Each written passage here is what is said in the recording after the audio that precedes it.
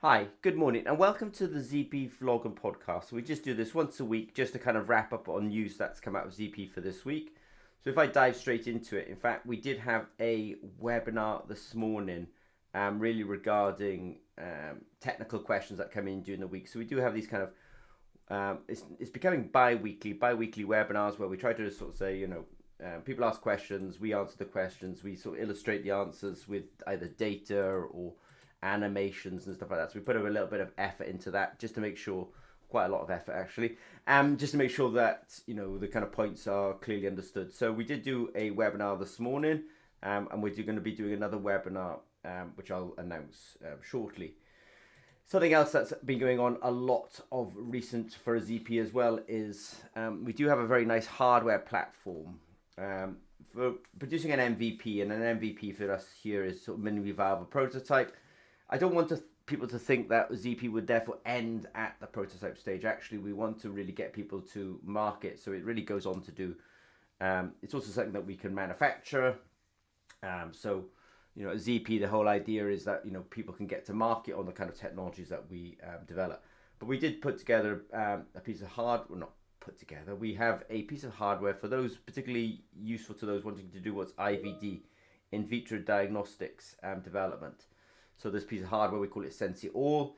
Sort of some of the features are, it's no more slots. There's nothing worse than, I think, people are making these kind of medical diagnostic type products where you've got kind of a sensor and you've got a piece of hardware, and they're kind of following the classic glucose strip where you kind of, or glucose sensor, where you have to kind of slot this thing into a slot, and it's not super easy. So anyway, no more slots for us. It just clamps on top.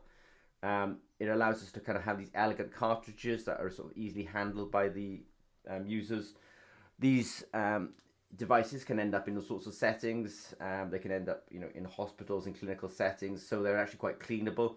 There's also a very kind of user guided experience using things like LED lighting, which kind of changes color coding. It can be white, it can be blue, it can be green, it can be flashing green, it can be yellow. So it sort of ends up guiding the user experience.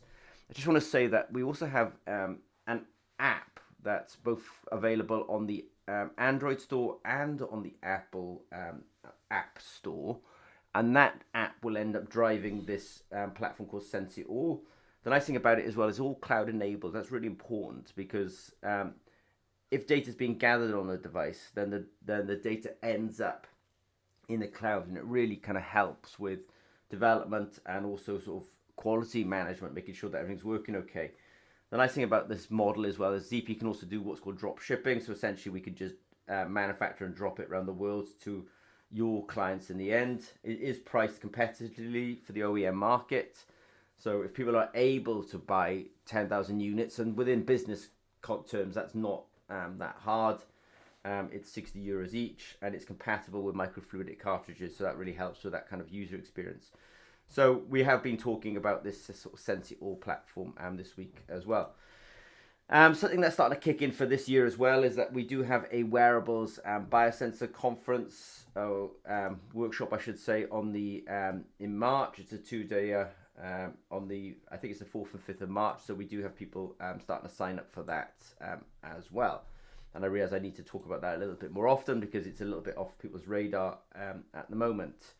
We also, we do support our Generation 4 FoodSense product really through weekly webinars. So we did do a weekly webinar this week where we answer technical questions. We're starting to answer a lot of questions around, and I'll come to this in a minute, around the statistics of food, or testing in general, but specifically in food testing. A little video that we put out there this week, which was kind of nicely received, was actually about the electrochemistry of capsaicin testing. Now, it sounds a little bit unusual. The reason we sort of did it was because you have users, and when somebody's a user of one of your technologies, in particular our technology, they'll get a result on their phone. It's a Scoville heat unit. Now, because it's not purely business to consumer, and what I mean by that is a consumer, you can't necessarily expect a person in their home to be interested in the raw signal. But because we are dealing with food scientists, the word scientist there means that they sometimes want to see the raw data. But in order to understand the raw data, you also have to be able to understand where the signal is actually coming from. So we did do quite a detailed video about this on our YouTube channel as well. So the sort of science of capsaicin measurement. I did say that we did do a webinar this morning around answering technical questions. So today's the 14th. We are doing another one on the 18th. So if you sort of follow ZP in some way and you want to ask a technical question, then do know there's a webinar on the 18th. As I say, we did do a video this week about the statistics of food sense testing, and in that we answered, the simplest thing is averaging. Everyone knows how to average, so I didn't mean to spend too much time on that. But we did talk about standard deviation. So for me, in the world of science and testing, standard deviation is quite a common thing to determine, if I can put it that way. But to be fair, in other fields, if you're potentially a graphic designer, or you're just an entrepreneur, or you're a financial guy, you don't really know necessarily about standard deviation. So we did have to actually talk about that, because food sense ends up in all sorts of people's hands. So we had to talk about the kind of heterogeneity of samples. Can you really expect to take a heterogeneous product like a chili, test it 5 times, and get the same 5 results? No, you cannot expect it. It's not homogeneous, it's heterogeneous. So if you've got a heterogeneous sample, how can you answer the question how hot it is? Well, you actually have to use statistics is the true answer to this.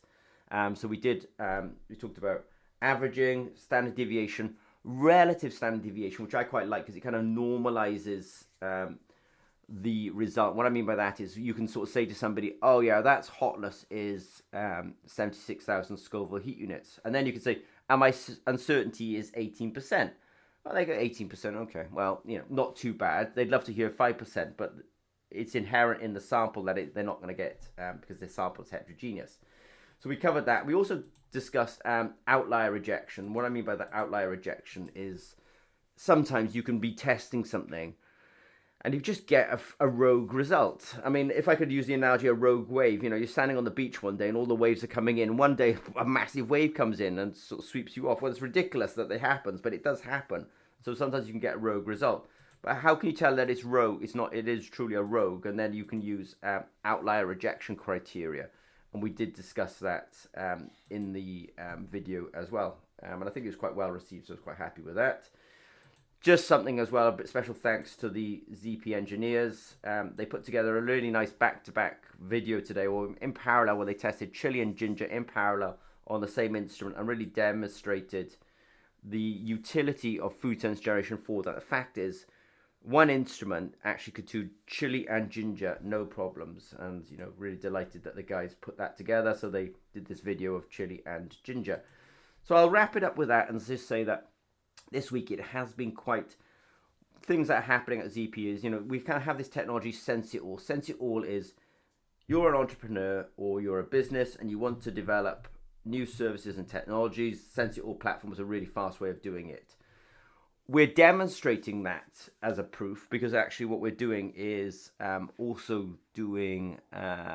we're using the same technology then in our food sense generation 4 product. So we're sort of demonstrating the claim that actually Sense It All is the ideal platform for getting to market, because in fact we take it to market using our food sense generation 4. As always, look, if you've got any questions of ZP, don't hesitate to reach out to us. We do this vlog and podcast once a week just to really sort of summarize and wrap up things and just keep people abreast of what we're up to. Any questions, as always, please don't hesitate to reach out to us. Okay, thanks very much.